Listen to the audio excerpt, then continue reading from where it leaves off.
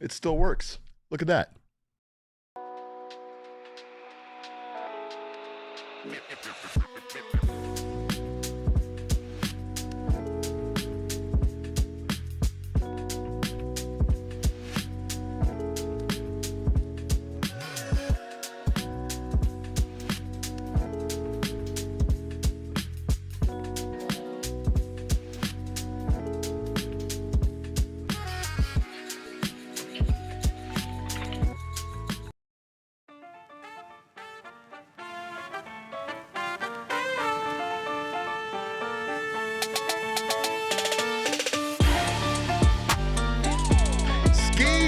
Welcome into another edition of the PHNX Diamondbacks podcast right here on PHNX. My name is Derek Montilla, occasionally known as your mayor of PHNX, and I am here to talk about the Diamondbacks winning a baseball game. That's right, the Diamondbacks beat the snot out of the Colorado Rockies tonight by a score of 6-1.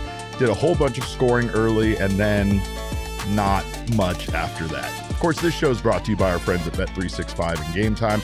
Go download the Bet365 app and use our code of PHNX365 when you sign up. Get yourself some bonus bets for following some easy steps. Then also go over to Game Time and use our code of PHNX to get $20 off your first order and save last minute on tickets with that app. I got my guy Damon Dog on the ones and twos tonight. A very excited Damon Dog. Not really. This is not a win that should necessarily be celebrated, more expected. The Diamondbacks beat the Rockies by a score of 6-1, fresh off the Rockies getting beaten by the Blue Jays 45-6 over a 3-game span where the Blue Jays hit the ball 63 times, Damon. But the Diamondbacks again win. They improved to 55-61 on the season.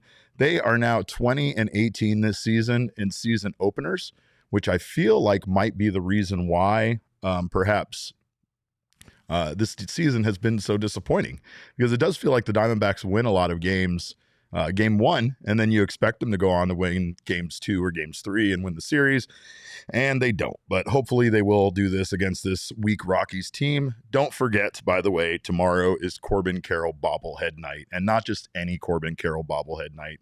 It's Star Wars Corbin Carroll bobblehead night, so do not miss out on that. But again, the Diamondbacks are now 17-14 against their NL West opponents. It doesn't seem like the NL West has been the problem, Damon. It seems like it's been everybody else, especially bad baseball teams like the Pirates, and honestly, even this Rockies team has given them trouble at times. Yeah, they played their worst baseball in their easiest schedule stretch of the season, and it was unfortunate, and it kind of killed this team. But now maybe that's just who they are. Maybe they're a team that plays up and down to their competition, and we'll see a better version of the D-backs in this final third of the season. Well, and I mean, again, I think we're far past the point of hoping about a playoff run or something crazy magical happening. That's not going to stop us from looking at the drunken orgy of violence that we call the NL West. Nothing will stop us from doing that. But the D-backs have not earned their infinity signs next to how far back in the division and the wild card they are yet. They have homered now in 6 straight games, 11 home runs over that span, and a big part of that was Corbin Carroll and the man of the night, Blaze Alexander. What a monster game Blaze Alexander had for this team tonight. I personally love Blaze, quite possibly almost as much as Ryan Thompson. And so it's great to see him, after the ups and downs of this season, kind of have this big breakout game. Blaze was great offensively. He was great defensively. He was just all around great performance tonight from Blaze. Corbin Carroll went yard for his 24th of the year, and Zac Gallen grinded through an outing to put up some good numbers for the win. But tonight, I think the one thing that maybe other Diamondbacks fans were thinking along the same lines as Damon and I, but we did just see this Rockies team come back and win in a game where they gave up 9 runs in the first inning. We did see this Rockies team prey on bullpens, and we know that our bullpen isn't very good. So despite the fact the Diamondbacks had a pretty significant lead in this game, I don't know how safe it felt, but that lead was given to them by the offense very early with bases loaded in the bottom of the first inning and 2 outs. Blaze hits a 3 RBI double to give the Snakes an early lead, put them up 3-0. And then he would add to it with a solo home run in the bottom of the 4th inning. It was his 2nd homer of the year. It was 100.3 miles per hour off the bat, 380 feet to right field. And I mean, again, it was just crazy night for Blaze. And when I talk about Blaze, we had a chance to speak to him after the game about, his journey to the MLB, which hasn't been easy at times. And of course, with most minor leaguers, that there's a chance that they might not get an opportunity at playing time. This isn't an ideal situation. I don't think a lot of D-backs fans are happy about the fact that the Diamondbacks traded away Geno, but I do think a lot of Diamondbacks fans have gravitated towards being fans of Blaze, and it's great to see him get this playing time. Here's what Blaze had to say about his journey here, making it to Major League Baseball and to this night. Yeah, no doubt. Early in the year, spring training, I was injured, and it was kind of a little dark time. You're like, am I going to come back the same? Am I going to get an opportunity? And things work out. And obviously, I mean, you never want to see a guy like Geno go, but it opened up playing time for me, and I'm happy, my family's happy, and I'm just taking advantage of the opportunity, really. And like I said, Blaze also played some great defense out there tonight on the field for the Diamondbacks. Again, not perfect. Blaze is still finding his way over there at third base. But again, just a great night where you can really see him improving. And that's, again, something he talked about after the game. Here's what Blaze had to say about his defensive improvements. Yeah, so again, it wasn't easy. I showed up. I didn't do too much ground ball stuff. In my rehab process at Salt River, I'd say only a couple days of ground ball stuff, and then it was, hey, you're getting sent out, you're out there. So, again, like had that little bit of doubt. But then I got my guy's Roofy. Sean Roof was my manager in AA. I'm real comfortable with him. He's the infield guy, and kind of he just let me know, hey, I got you. Like, you're good. Don't press. And there's a little like growing period down there. Early. Just coming back from that oblique injury. I had some errors early. Just kind of bad errors. Like real routine plays. And just again, it was, hey, work hard every day. Your opportunity is going to come. And thankful for Sean Roof for that. Gardy as well. Gardy's the manager down there, so. I wouldn't say I work too much like infield stuff with Gardy, but I have in the past, and just the belief those guys have in me, and here I am. So I think the thing about Blaze is, again, there's an enthusiasm about the game. There's a love for the game, as you can see there. He's just a very likable guy, right? And again, that's kind of where you see Blaze being a fan favorite. But his play, I mean, there's just been so many things complimented about Blaze, about his arm, about what his potential could be, and it's great to see him get this opportunity at playing time. But it's not going to be given to him. He's going to have to earn it. Jordan Lawler is going to be making his way back to Reno very soon, according to Torey Lovullo, prior to today's game. And it does sound like the Diamondbacks will be calling Lawler up to get some time at third base. So, and Torey said that about Lawler. He said nothing is going to be given. All of these guys are going to be in competition for playing time. And I don't think that's any different right now for Blaze, considering that he was here, when Geno was still a part of the team. And obviously, there was difficulty for him finding, playing time over there at third base. But it does seem like it's a good fit for him. And he talked a little bit about playing third base and just how different it is from ranging at second and shortstop.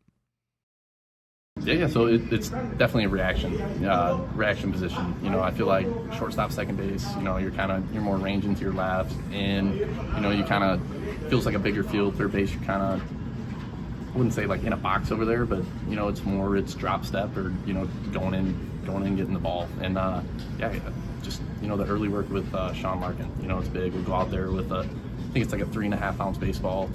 It's one of our Mard balls, a softer ball, and he's about 10-15 yards away from me, hitting bullets, just reacting, and it slows the game down, and I like working with Larkin. He's got a lot of belief in me, and and I just really appreciate that. Well, Blaze, again, did the thing tonight. Big night for Blaze, 2 for 3 with a home run, a double, 4 RBI, and he was also hit by a pitch. I didn't like that.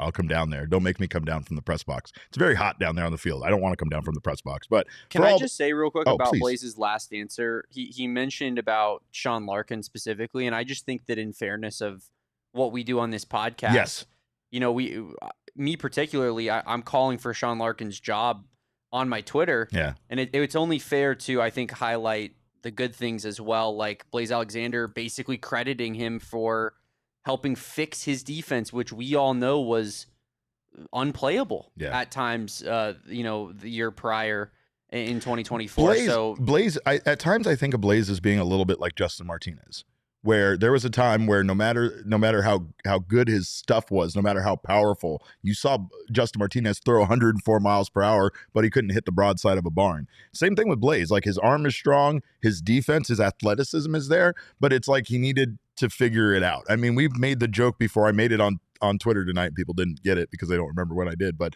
Blaze has been compared to a golden retriever puppy by people more times than I can count.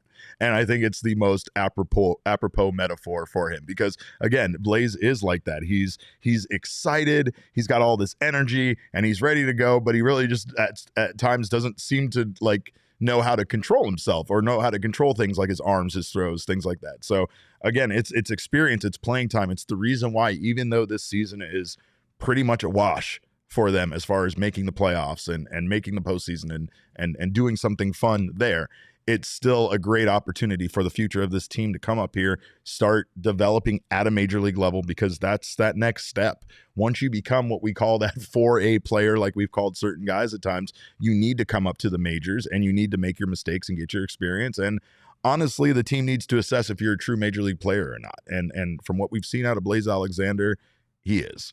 But there was also a very fun moment where after his home run, nobody came and talked to him in the dugout. He was very excited to come and get his high fives, and instead they iced him out. My guy had to go sit on the bench with the iPad very calmly and try to just watch his home run, and then his teammates came over and celebrated with him. But I asked him about that moment. This is what Blaze had to say. Those guys give me a hard time. They think I'm crazy, but I just... Are you? Probably. Yeah. I'm out there. That's why we love him. Well, Blaze wasn't the only one contributing offensively tonight. Corbin Carroll had a big home run there in the it was the bottom of the fifth inning. Corbin Carroll would add to the lead with his 24th home run of the season. With Ketel Marte on, he would hit one 424 feet, 109.5 mile per hour exit velo. And man, I know Corbin's not hitting a ton more home runs that he did in his rookie season or last year, whenever it was that he hit the 25, I believe that was rookie season. But the power is there for Corbin in a way that I don't think many of us imagine. And when I say that, I mean, like, this is a 110 mile per hour exit velo that went 424 feet. He is mashing some dingers right now. And I think, do we have the sound from it about Torrey? We asked Torrey after the game a little bit about his change in his stance. I know some of us were kind of concerned about the change in Corbin's stance at the beginning of the year. So here's what Torrey had to say about the change and the results. Yeah, I had some concerns when I first saw it, but when I sat down with him and he talked to me about it and told me the reasons why, I bought in, because he bought in, and he knew that it was going to help him get into that slot with limited movement and be more consistent. If Corbin's going to buy into it, you know that it's going to be very well thought out, and it's not going to be something that's a very hasty decision. So when he goes out there and says this is the reason why, and he broke it down for a lot of us at different points in time when we sat down in spring training, I thought, well, this could be something real nice. So I don't know, how many home runs does he have? 24. How many did he have in '93? Did he have some? Was he alive? 23. A long year. 23, 25. Okay. So on pace, pushed past that clearly, right? So sky's the limit for him. He's growing and learning too. He's a young player that's figuring this game out. He's just going to get better and better. Well, and that's not the only player that had a good night that Torrey commented on. Torrey did talk about Blaze Alexander's development and just what it's meant to this team. Here's what Torrey had to say about Blaze. Well, we tell them exactly what we see and what they need to work on, and it's up to them to go down there and take that seriously, serious enough to say, I trust the coaching. There's no mixed message either. So it comes direct from the staff here, and all the information is sent to the AAA team and this AAA staff. In this case, it was up to Blaze to go down and continue working on his game. And since he's returned to us, he's done a really good job of becoming a more consistent version of himself and the type of player that we're always looking for. he's tooled up. You can tell he's got a ton of tools and a ton of athleticism that's going to play out. But if you don't put that into the bag and mix it up and pull it out piece by piece, you're gonna make a lot of mistakes. So he's limiting the mistakes, slowing the game down, and everything's in the right place at the right time right now. So I'm really impressed with a couple things outside of the offensive approach, and that's all gravy. Those are the things everybody wants, but it's him, stabilizing things at third base, a huge amount of range. The balls that he's diving for and barely missing, he's going to eventually get his hands on. But his posture is great. His hands are out front, making really good hands plays. The one to end the game was a perfect example of that. Hitting deep into counts, getting deep into counts, not being afraid to hit deep into counts. That's the one thing that stands out more than anything else with Blaze. He's not afraid to hit with 2 strikes.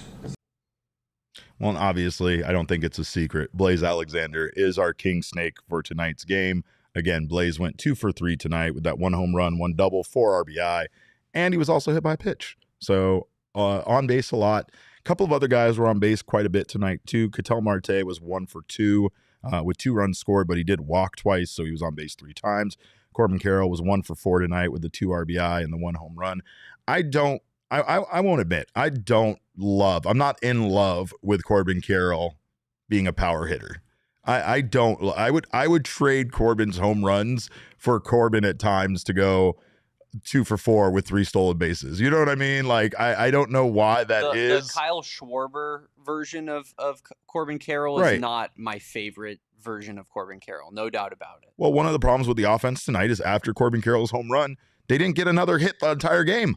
That was it. They were held to 6 hits tonight. Despite the fact that they scored 6 runs and put it on the Rockies early, they did the thing that we've seen the Diamondbacks do entirely too many times this season, get some offense going, and then have things freeze up on them. So not great overall, but it's still nice to see Corbin Carroll getting on the board. And, of course, Zac Gallen came 1 strikeout away from my same game parlay that I put out there on Bet365 earlier today. Yeah, that was tough, man. That was tough. I thought you had that bag. I thought I had that bag, man. When Corbin hit the home run, I was like, well, there's all that. Now I just need 2 more out of Zac. Got 1 in his final inning, and then not. But oh well, that's why it's called gambling, folks. But I will say defensively, Zac Gallen didn't look great early on. There were some concerns there when the very first batter of the game was able to get on and move to second on basically a swinging bunt and a throwing error by Zac Gallen. I'd have to admit that there were a lot of things that went wrong on that one. Did not love the fact that Tyler Locklear made an attempt to catch the ball, and then when he saw it wasn't a great throw from Zac, he kind of just let it go in between his legs, which allowed the runner to reach second. I also did not like to see that. I hit it with your leg or something, right? Drop down. I didn't see anybody talking about it online, and I don't know if it's like a kind of like a, hey, this is our sweet baby, shiny new toy, Tyler Locklear. Yeah. Yeah. Like, no one say anything bad about him, but I mean, you 100% like no excuses. You have to put your body in front of that at the end of the day. Even if it doesn't feel good, you're a Major League Baseball player. He kicked his leg out almost and let it go through, right? That's what was weird about it. He kind of olayed it. Yeah. Which is, that part of it is kind of unacceptable. And definitely got to see some better defense, which I feel like we've seen decent defense thus far from Locklear, but so far good fundamentals. Ideal. I liked his at bats. I didn't like his at bats tonight. To be fair, I didn't think that he had very good at bats in this game. But again, he's a young guy, and just like with Blaze, it's the value of this period of time that sucks. This kind of vague. We don't we care if we win. We still want to watch the team win, but we also know that no matter how much success they have, they're most likely not going to be able to go on a roll enough to kind of close the gap and give themselves a chance at the postseason, right? So if they can't do that, then what we want to see is these guys coming out and getting this opportunity to play, to make mistakes, to get better, and that's what a game like this is like for Tyler Locklear. But if you want to talk about how close these two teams have been, and I know you guys don't want to talk about that at all. I know you do not want the Diamondbacks being compared to the Colorado Rockies, but we found a fun fact at the beginning of this game, Damon. Coming into this game, over the last 30 games played, the Diamondbacks and the Rockies have the exact same record. But it gets crazier than that. because when I say the exact same record, I mean the exact same record. Over the last 10 games, the Rockies and the Diamondbacks are 3-7. Over the last 20 games, the Rockies and the Diamondbacks are 8-12. And over the last 30 games, the Rockies and the Diamondbacks are 11-19. Make it make sense. I can't. I don't like it. Also, when this game started, there were some egregious calls by the home plate umpire that I'm glad we ended up getting past just a little bit. It seemed like those calls definitely went in the Diamondbacks' favor tonight. However, he was not very good. It was home plate umpire Brian Walsh. So, Brian Walsh, I want to give you like a D, but since most of your bad umpiring helped the Diamondbacks out, I'll bump it up. I'll give you the curve. I'll give you a C+ on tonight. But did you see Bob Brenly and what was going on tonight? Over there at Cold Beers and Cheeseburgers, I saw it with my own eyes. Did Bob Brenly eat the Randy Johnson? Is that what happened? Because Randy Johnson is the Cold Beers and Cheeseburgers. It's free at Friday, by the way. It's the Cold Beers and Cheeseburgers burger that has the 2 grilled cheese sandwiches as a top bun and a bottom bun. I've tried to conquer that hamburger myself and had regrets. I won't lie. Yeah, that sounds like one that's going to put you out for the rest of the day. No doubt about it. Not only that, but I mean, I believe I saw him like trying other food as the broadcast went on. So I imagine he didn't eat. Caesar says he ate Randy Johnson. No, nobody can eat Randy Johnson. You couldn't even subdue him enough to put him in a pot like you would put Bugs Bunny. You know what I mean? Like, you're not eating Randy Johnson. It's a burger named after Randy Johnson. But anyway, nonetheless, it was a crazy effort from a man who we care entirely too much about his health. So I don't like that. I don't like putting Bob Brenly's health in risk just for a gag, just so we could tee-hee about him being up there at Cold Beers and Cheeseburgers. I mean, all I will say is that Bob Brenly, he did have ice cream, and as Sean puts here, he tapped out and he gave it away to some of the fans near their section. The only person that ate more calories than Bob Brenly tonight is your boy right here. Because I put down some Hawaiian barbecue. What? I got some masubi. Wow. And then I topped it off with some Cold Stone Creamery. Damon was eating his feelings tonight. While I was waiting for you, Derek. I probably put down about 3,000 calories during this baseball game. How does that make you feel? It feels pretty good. I mean, I ate a salad tonight, so it makes me feel really good about myself. We're in different places. We are in very different places. We're in different places. But Tori has a message for you, Damon, I think, here, and that's Tori talking about players getting opportunities to prove themselves, which you might have done with your meal tonight. Here's what Tori had to say about the young guys getting this opportunity to prove themselves. In my opinion, for sure, there's probably 6 or 7 guys on the team right now. You're probably referencing Mike's conversation with the group where he said, this is your opportunity to go out and show me what you could do. Yeah, I credit Mike for saying that and being honest. We're totally honest. We smash these guys in the face with information, and they accept it. And when they heard that, I think a few guys jumped on it. Blaze, AT, and we'll see what happens. Well, that was a really interesting statement, Derek. I don't know. Like, he says that there's 6 to 7 guys basically that were told that they need to prove it, or essentially some version of that. Like, hey, this is your opportunity to essentially prove to us that you belong as a starter or a roster spot here.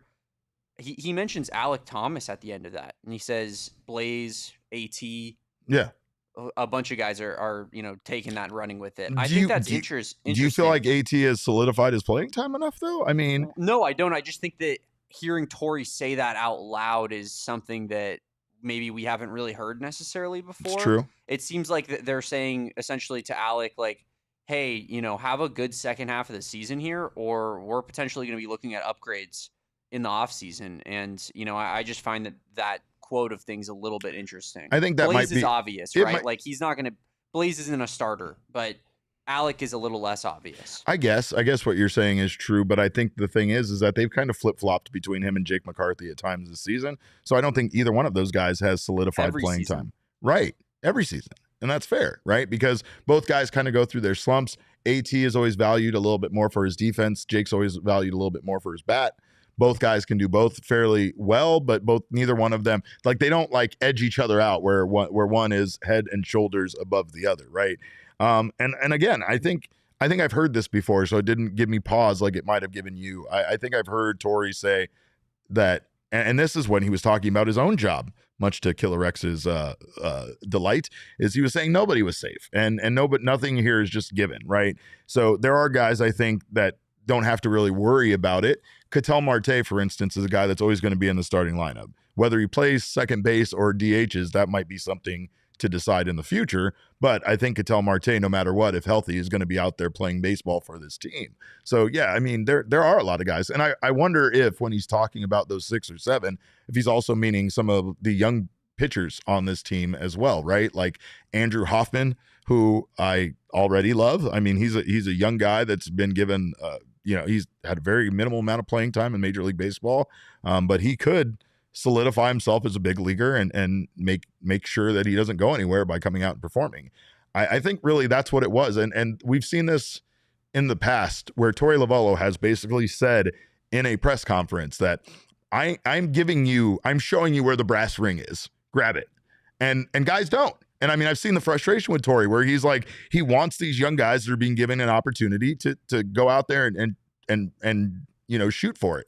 There are guys that are currently on this team that aren't part of that group that did that exact thing. I think someone like Geraldo Perdomo is a perfect example of that. Nobody thought Perdomo was going to be this team's everyday starting shortstop. And now not only is he that, he's extended contract-wise, and he's the captain of this team. So, like, things change as players develop and get older. And again, that's why that's why you want to properly develop them at a minor league level. And then when the time is right or the opportunity presents itself, you call them up to the bigs. And now that's what we're seeing from this team. But we have so much more to talk about, including Zac Gallen's outing tonight, the bullpen being pretty good. And we're also going to talk, we're going to do Killer X's favorite thing. We're going to spy on our exes and talk about Geno some more. So don't you go anywhere. You're watching the PHNX Diamondbacks show. Well, NASCAR is one of my favorite things in the world lately, and Phoenix Raceway is a great place to go take in a race, especially for championship weekend this October. And let me tell you, if you've never been to a NASCAR race, you got to get out. You'll be as addicted as I am to the smell of the burnt rubber, the roar of the engines, and all the fun that's to be had. Honestly, NASCAR provides some of the best access for fans to the drivers, to the cars that I've ever seen, and you can get that access at Phoenix Raceway during championship weekend there, October 31st through November 2nd. So don't miss out on that. Of course, you get not with a small ticket upgrade, you're in the Desert Diamond Casino infield experience where we were up close in the garage, meeting drivers, walking the track, catching the pre-race concert. I think at one point I turned to Damon, I was like, everybody's just allowed to come down here. Like, you don't have to be media to get in here and get this kind of access. It's pretty incredible. So don't forget, our seasons are very aligned too, the baseball season and the NASCAR season. After a grueling season that starts in February, it all comes down to this, a weekend of pure racing adrenaline for the championship in October. So don't miss your chance to witness NASCAR Championship Weekend in person, coming to Phoenix Raceway October 31st through November 2nd. Tickets for Sunday's championship race sell out every year, so move fast to get yours before they're gone. And here's the kicker, NASCAR is taking Championship Weekend on the road starting in 2026, so this is your last chance to catch it in Phoenix for a while. Tickets, hospitality upgrades are still available. Get yours at the link in our show notes. And I'm very mad that I didn't get a chance to compete in the ad read race that we had earlier about that. But I'm also sad that it's so hot. No way you were touching Totri on that. That guy was on a he was on level. fire. He really was. He really was on fire. And it's also, like I said, speaking of fire, it's like the valley is on fire. It's so hot outside. Make sure that you have yourself a smart thermostat. If you don't, you are missing out on all sorts of benefits, including your ability to control your temperature in your home while you're away with an app, your ability to set your exact schedule for your temperatures, and most importantly, the ability to track how much cooling you're using in your home every single day. That way you know if there is a problem with your air conditioning unit. You could get all of this with a smart thermostat. APS wants to help you out with that. APS customers may be eligible for smart thermostats for as low as $0 when you enroll in the APS Cool Rewards program. If you already have a smart thermostat, see if it's eligible to enroll in Cool Rewards. Plus, free installation is available at our link in the video description. Must be an APS customer and pay shipping and taxes. Other restrictions do apply. Go to marketplace.aps.com for more info. All right. Well, of course, Zac Gallen had himself a great night tonight. And it wasn't like it. Watching him on the mound didn't seem like that great of a night. It felt like Zac was in a lot of 3-2 counts tonight. Felt like it was a grind for Zac. Like he really had to battle through. I get frustrated sometimes watching Zac because he tends to go up in counts 0-2 a lot, like he was tonight, and then just kind of dances outside the strike zone trying to get the batter to chase. While I appreciate a pitcher that uses their count and goes out there and doesn't necessarily want to just necessarily attack all the time, let some of these batters be a little bit overzealous. However, it just felt like Zac could have put guys away better. I felt like Zac could have helped me hit that 7 strikeout number a little bit better as well. I won't lie. But he threw an insane mix of pitches tonight, Damon. He threw, I think, 6 different pitches tonight. He threw his 4-seam fastball 30% of this outing. He threw his changeup 23%. I think we have his pitch chart here that will show you the wider range of colors and variety of Zac's pitches tonight. He threw his knuckle curve nearly 20% at 19%. He threw his sinker 13% of the outing, or he called his sinker something else. We have it in video, but we'll get to that. He also threw his slider 11 times, and he threw his cutter 3 times. So Zac was throwing everything tonight. It seemed like his changeup was working really well, but when asked about it, he said, no, it's not, which is just such a classic Zac thing to do. To tell us that his best pitch tonight was not working well for him. Here's what Zac had to say about his outing this evening. I feel like we used a lot of sinkers. Well, I don't like to call it sinker, but a lot of runners and changeups. But yeah, I mean, Ken and I were on the same page all night. I think I shook once.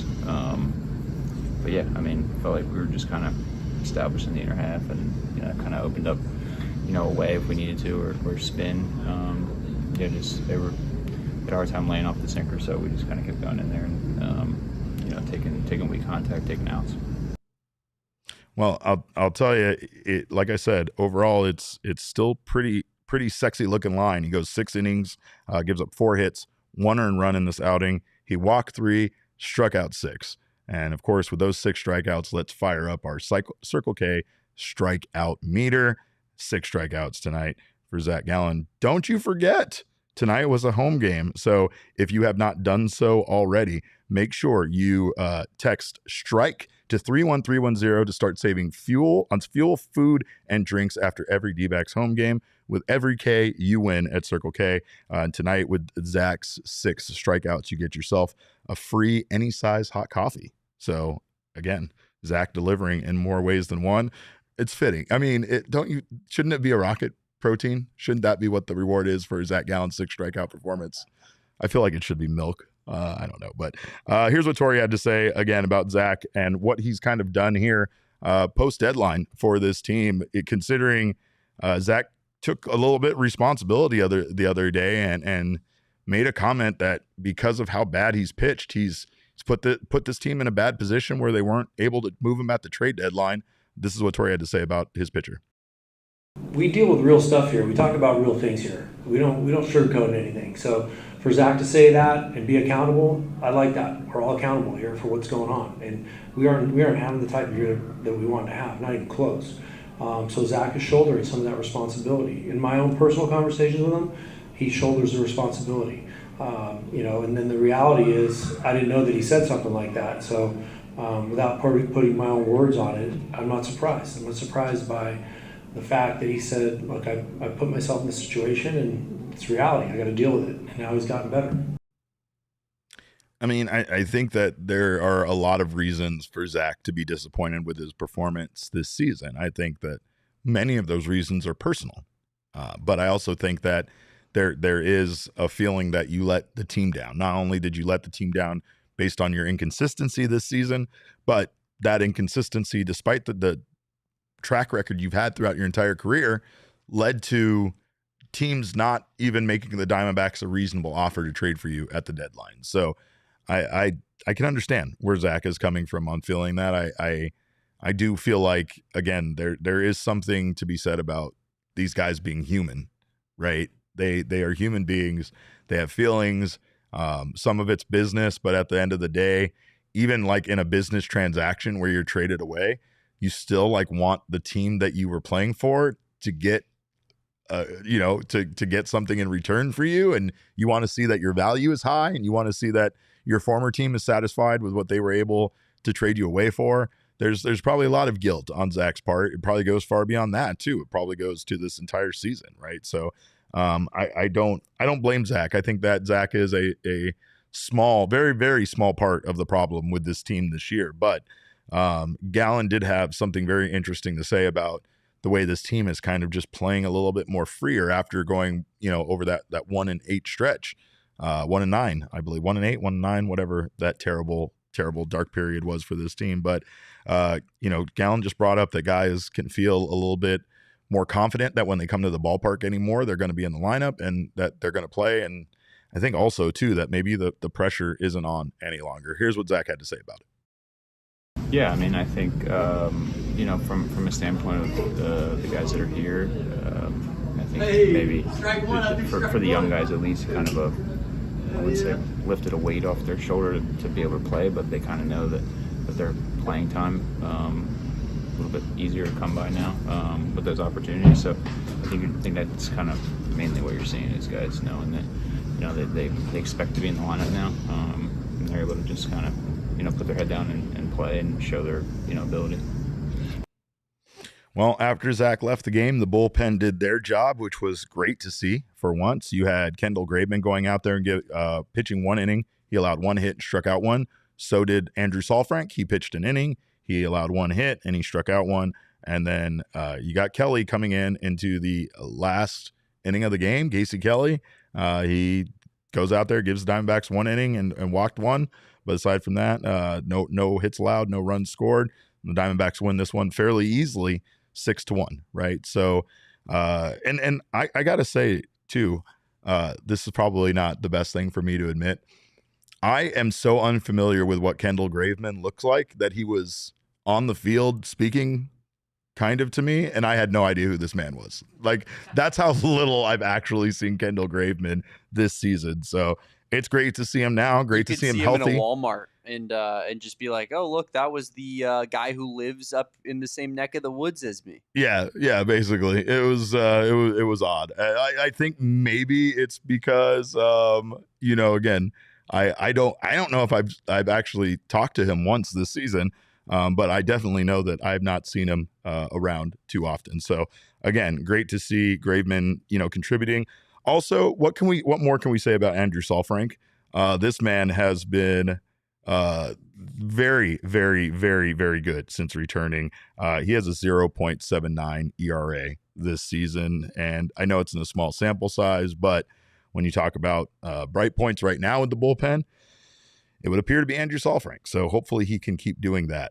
He can keep doing that for this team. Killer X, I'm just going to say it. You're an idiot. Out loud, because yes, Gallen's struggles suck, but Zac Gallen has not been the biggest problem for this team by any stretch of the imagination. So if you want to say I'm smoking crack, I will tell you, Killer X, that you are a moron. So anyway, this bullpen though, again, it's the Rockies.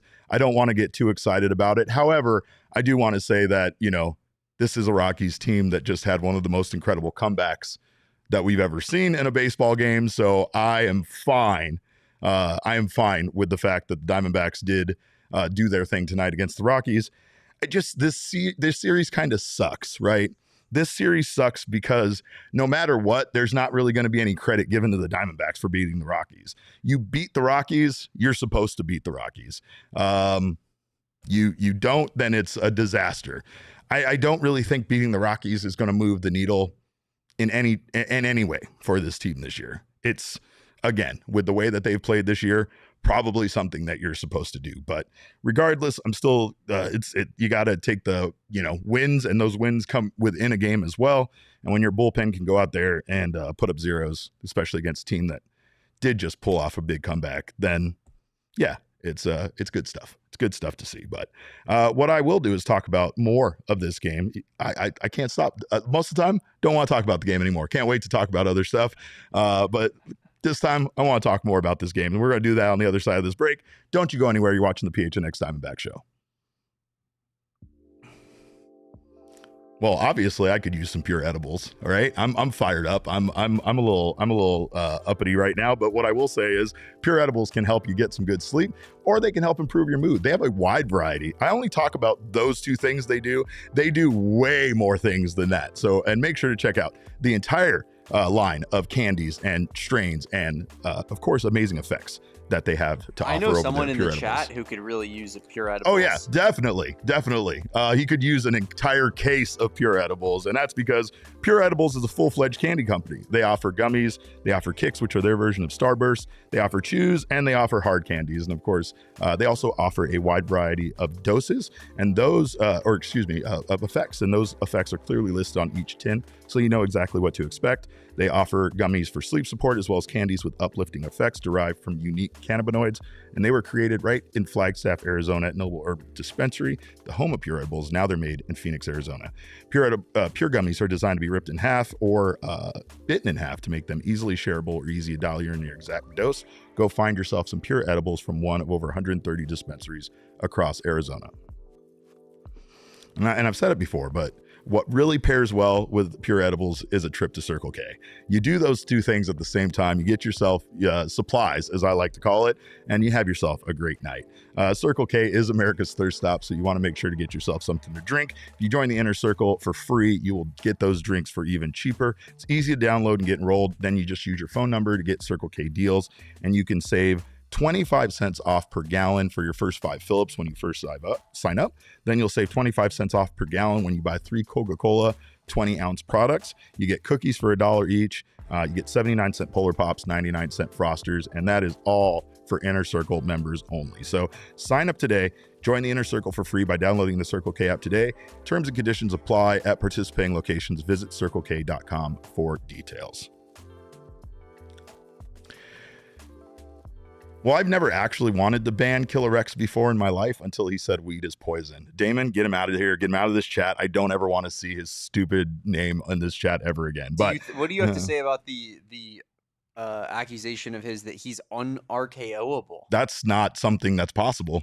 Randy Orton will be the first person to tell you that. You don't even know. It comes out of nowhere, Rex. That's the thing. It's out of nowhere. You don't know when it's coming. So no. Cesar says Derek would so RKO you. Yeah, I would. I'm pretty good at it. Ask my brothers. Ask Ryan Thompson. Ask Ryan Thompson. We're not allowed to talk about that. Ryan Thompson's injury may or may not be a result of horseplay in the clubhouse with me. So I don't know. There's no way to prove or deny that. But let's take a look at the numbers from tonight's game presented by our friends at Desert Financials.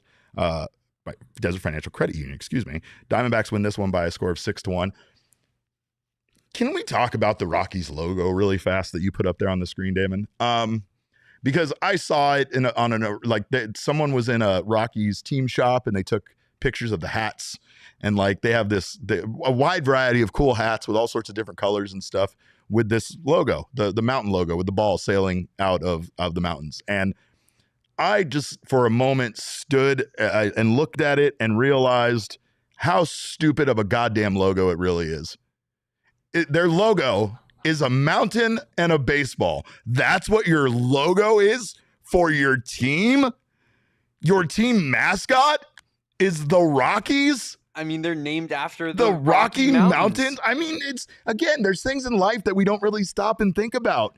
We just know that it's true, and we just no one asked what a New York Metropolitan is. You know, the Met. You know, like what's a Knickerbocker. Right? No, we don't do these things. We shorten the name up. We give them a nickname. We move on. Rockies. Sean says, honestly, the Rockies regular CR is one of the best. I'm not going to attack any kind of lettering logos at all. I can't lie. I like Rockies. I hate it. I hate it so much. I really like it. It's their other team, their hockey team, also a mountain logo. Avalanche. It's an A with snow on it, and there's a puck coming down. We get it. There's mountains in Colorado. You've made the point. Do you have nothing else going on in Denver? The Nuggets have a mountain logo. Oh, man. Don't they? Don't they have like the gold pickaxes with like mountains in between it? Yes. We realize Colorado is very one-dimensional in their sports logo. Wait till they come after us with our cacti. Oh, hey, I love the cat. Are you kidding me? The cactus is cool, god damn it. How dare you? All these there's a bunch of pro Rockies logo in the chat. I had no idea I was on the wrong side of history here. I really didn't. But 2BMC wants a shade throwing segment on this. I don't have the energy for that or the voice tonight. But let's take a look back at those numbers tonight, presented by our friends at Desert Financial Credit Union. Diamondbacks again win this one by a score of 6-1. Both teams had 6 hits. The Diamondbacks were Rockies were 1 for 9 with runners in scoring position. The Diamondbacks were 2 for 5. So not a lot of opportunities, but good. Extra base hits, Diamondbacks had 3, 2 home runs and a double. Meanwhile, the Rockies just had the 2 doubles. And then expected batting average here, 265 for the Diamondbacks to the Rockies, 163. Yeah, I mean, overall, just exactly what you would expect to see kind of out of this Rockies team, I guess. I don't know.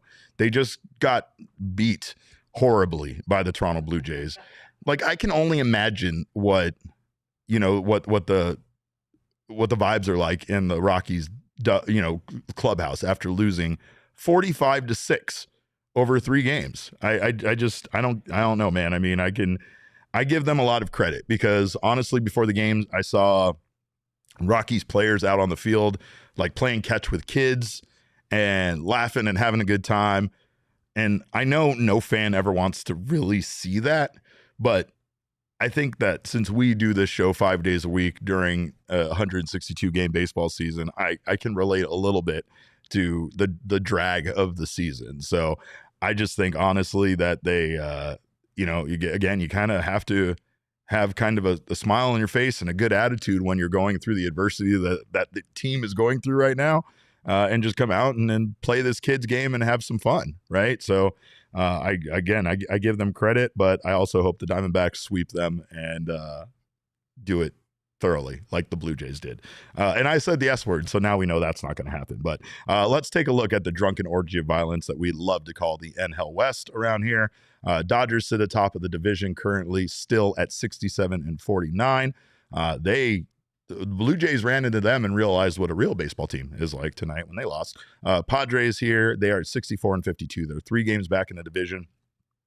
I honestly hate to say this. I probably shouldn't, but if there was a bet I would make right now that I feel like would be a solid bet that would probably win you a decent amount of money, I think it would be betting on the Padres to win the NL West. And that's just because right now it's such a short thing that the Dodgers are going to, that throwing a little money on the Padres doesn't seem like the worst idea, especially I think they're at like plus 475 or plus 500 to win the division. So I don't really think the odds are that much against them for sure. Sitting there 3 games out of the division, 1 game up in the wild card, and I believe they are 1 game up on the Chicago Cubs, if I'm not mistaken. So this is getting a little wacky. The Cubs have not been playing good baseball lately. Giants, meanwhile, they won again. They are at 59-57. They sit 8 games back in the division, 4 back in the wild card. Diamondbacks 55-61 now, 12 games back in the division, only 8 back in the wild card. So a mere 8. If we get within 5, I'm going to start talking crazy again, Damon. You know that. I'm going to lose my mind. I mean, I'll be literally standing on the boat right next to you, brother. It's me and you. Yeah. We're going down with the ship. Yeah. And Sean is once again highlighting my love of the Dodgers, apparently, here in the chat. But what's new? Mookie with a home run tonight. Yeah, I did learn something interesting about baseball bats and that axe handle bat style tonight. But I'm going to share that later when we talk about baseball bats. So I did find out Mookie Betts was one of the first guys to have the axe handle style baseball bat, and because he was able to find success with it, a lot of players did. Ina Jackson has to come in here with her logic and say Baltimore is back 8 games, Derek. Don't say that, Ina. I don't like that. That's not great. Honestly, I still laugh at the fact that we were here on the show, in the chat, you guys, us. It wasn't just me. You guys were doing it too. We were like 6 games back and we were like, it's not that bad yet. And meanwhile, when the trade deadline came around, there were teams far closer than the Diamondbacks were that became sellers because, man, even with you still being in shouting distance of the teams, I think there is a realization of, like, can this team compete? I still don't think this team can't compete. or I don't think this team has the personnel to compete in the postseason. It would be great if they made it. It would be a definite, feather in their cap for making the postseason. I don't believe that this team can be a true contender if they were to make it there. So, unfortunately, based on that, I'm sure that the front office kind of feels the same way, right? Like, even if you can get close, it's got to be more about, does this team have the pieces, to win? And the one thing I will say is we'll never know what they could have been had the Diamondbacks added at the trade deadline instead of subtracted. They definitely had a lot of closers available to them, apparently, based on the fact the Padres have like 3 closers now and the Yankees have 3 closers. So again, it's one of those things. Johnny Walker, my friend from grade school, I think he was asking why, perhaps maybe you were asking why I was getting negative, why I was trying to say that the Diamondbacks aren't going to make it. I think that's only because, again, you got to look at bullpen. You got to look at other components. You got to look at what they lost. And we're going to look at what they lost because we're going to spy on our X's here in a little bit. But I did want to let you guys know about the PHNX Cardinals residency at Gila River Resorts and Casinos Wild Horse Pass. We are going to all be out there having a great time on August 28th. You guys should join us too. You can join Johnny, Bo, and the PHNX Cardinals crew with the NFL diehards for the residency night on August 29th at the Upper Deck Kitchen and Bar. They're going to be doing the live PHNX Cardinals podcast starting at 4:30. Then they are going to have an NFL season preview at 6 p.m. And then after that, the rest of us scoundrels are going to have our PHNX staff fantasy football draft at 7 p.m. Bless you over there, Damon. Can't wait. Well, I'm blessing you now because on that night I'm going to be extra mean to you. So that's the way that works. But all diehards who attend can watch me be mean. Last place last year? Yeah, something like that. Some sort of Waffle House thing. Remember when I stole Travis Kelce from Jesse and then that cursed my season? I do. Yeah. That was a really scumbag move. It really wasn't. It really wasn't. It really wasn't. And I'm tired of defending myself about that because it wasn't. Jesse has no business asking the other general managers in his fantasy football league who he should draft. Put on your big boy pants and make a decision Jesse yourself. Doesn't know ball like that. I don't care. Don't blame me. It cursed me. That's why I ended up at the Waffle House. Travis Kelce was terrible. It's a gentleman's game, Derek, and you found that out the hard way. I am no gentleman. But again, all diehards who attend will receive a free drink ticket for the event. So make sure to join us for that. It's going to be a great time. So do not miss out.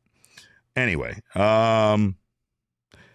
so before we get out of here, I did want to bring up the pieces the Diamondbacks have lost on another edition of Spying on Our X's.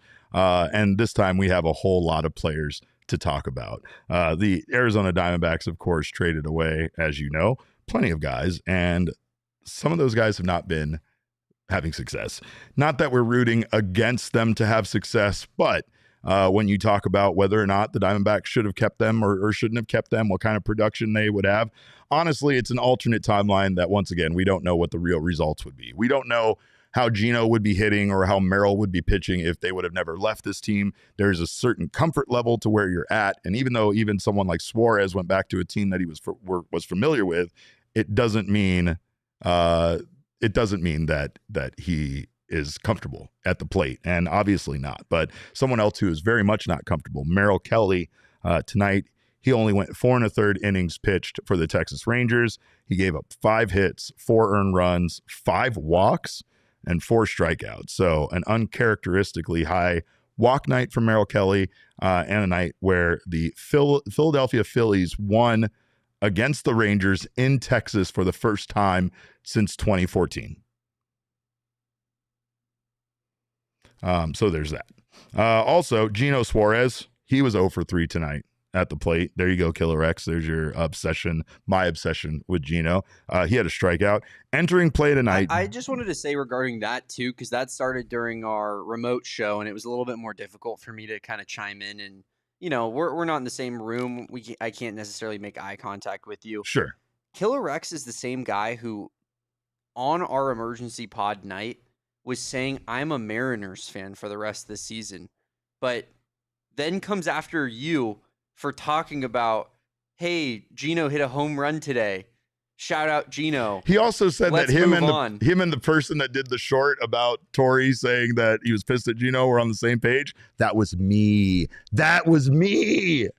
I mean, Damon is the one that made it, but it was my idea, so it was us together. But anyway, no, Gino, again, entering play tonight was slashing 107, 133, 250 with a 383 OPS after going 0 for 3 tonight. He has a sub 100 batting average. Again, that's probably not where he's going to stay. However, I will say that overall, I am not extremely concerned about dyeing my beard. That's what I have to say about that. Josh Naylor, since joining the Seattle Mariners, is slashing 261, 320, 478 for a 798 OPS, just below league average. Randall Grichuk slashing 200, 259, 360 for a 619 OPS. Why do I go over these numbers and why am I dragging these guys that we love through the mud? Simply to point out that this is what these guys are doing. Maybe they would have done that on this team. There's no way to really know. Like I said, we don't live in that alternate timeline. But what I will say is that their production, at least for their new teams, isn't high enough to make us feel like the Diamondbacks gave up everything, and that's the reason why now they're in the position they're in. There are so many things that are mixed into this stew of failure that is the Diamondbacks 2025 season, that there's no reason to pinpoint one particular thing. I do think there's a whole lot of corn chunks in there that are injuries for sure. I do think that a little bit of the seasoning is Torrey's bad management at times. I do think that Zac Gallen's poor play impacted this year, but I just don't think those things had as big of an impact literally as the injury overall. But Ina says we are not looking back, so we aren't looking back. We're looking forward. And at this point, let's look forward to next weekend because player weekend is here. Players weekend? I don't know how to even say it, Players Weekend, but there is maybe not as much fun as we used to have. I still wish they would bring back the nicknames on the back of the jerseys because that was elite. I was speaking earlier today. What would Blazes be? I mean, Blaze feels like just a nickname in and of itself. Yeah, it really does. I mean, I think I've heard him go by Blazer before. I think what's his name? There's a comedian named Blaze that goes like Uncle Blazer, and I think I've heard him be referred to as that. But yeah, no, I mean, I almost bought the Brad Boxberger emoji jersey. That was fire. That ended up in Cooperstown, so I really wanted that. But God, it's so bad. It's too bad Broxberger was just a bum, just dude. terrible for this team. Yeah, it really was too bad. First player to have their jersey retired due to emojis being on the back, by the way. Players Weekend bats arrived today at Chase Field. And boy, were they fire. Got a chance to see the guys from Victus handing out these bats. Look at these things. Geraldo Perdomo has a big old pencil. Alec Thomas's was especially fire. This was like kind of like a swirled splattered paint pattern that was the same colors as the Mexican flag. And then the Victus logo in the middle was also the Mexican flag, but I don't think anybody had as cool of a two-bat combo as one Ketel Marte. There also is Lourdes Gurriel Jr. He had himself a Pina power bat that was very aesthetically pleasing to the Perpientes jersey. Ketel had two bats. One was a crayon that had El Pique as the color on the crayon, and then the other bat was this piece of artwork. It was purple roses with a picture at the end of Ketel and his mom, and got a little emotional. I got a little emotional opening it up, or not opening it up, but being there while he opened it up. And it's just a really cool thing. I mean, honestly, the only thing I could think standing here watching these players open these cool ass bats was, why is this just a one weekend thing? Yeah. You know what I mean? Like it's like MLB The Show where, you can use these bats all the time. You can use the silly bats all the time, and you do. And you do, and it's fun, and I do. And I mean, I think the other thing about it is like MLB, I was talking to one of the Diamondbacks photographers today who was doing the pictures of the guys coming in. She got that amazing shot of Corbin Carroll coming in. And, again, that's a big part of what fans want to see. It's the reason why they do that. They do it for the Suns. They do it for the Cardinals. They do it for the Diamondbacks. Like, we love to see the fashion. We love to see these guys walking in their street clothes, looking all dope, carrying their little Louis Vuitton bags. And again, it's just a part of their personality that shows.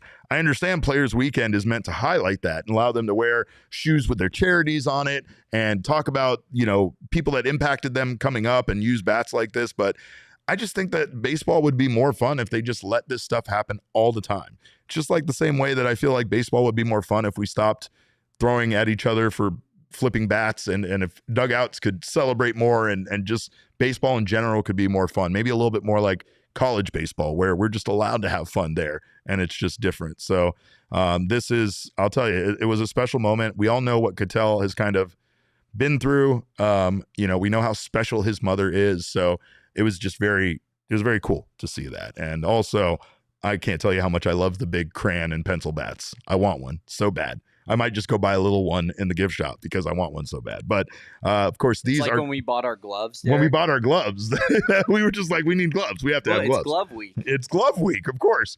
Well, you can see these bats on display next weekend. Players Weekend is August 15th through the 17th. So a great time to watch the Diamondbacks play. They won't be home, unfortunately, so it was our only chance to see these bats in person. But I will say I appreciate you guys sticking around with us tonight. I know it's late. I know it's Friday. I know you guys have a lot of things to do going on in your life, but we appreciate you spending your time with us. Make sure to follow us on Twitter. I'm at Cap_caveman with a K. Damon is at Damon Dog with a DAWG at the end. We're all Damon's dogs. Bark, bark. Our show is at PHNX_DBacks, but as always, all roads lead to at PHNX_sports on Twitter, Instagram, and Facebook. We love you guys, even you, Killer Rex. We appreciate you for your time. We will see you back here on Monday with another Mailbag Monday episode. Until then, enjoy your weekend. Have a wonderful night. Go get that Corbin Carroll Star Wars bobblehead tomorrow. Hydrate. Make sure you take care of yourselves out there. It's going to be very hot standing in those lines. So take care of yourself. Take care of each other. Have a wonderful night. And remember, kids, baseball is fun, but it's so much more fun when you're watching Blaze Alexander play for the love of the game. We all silly like the mayor.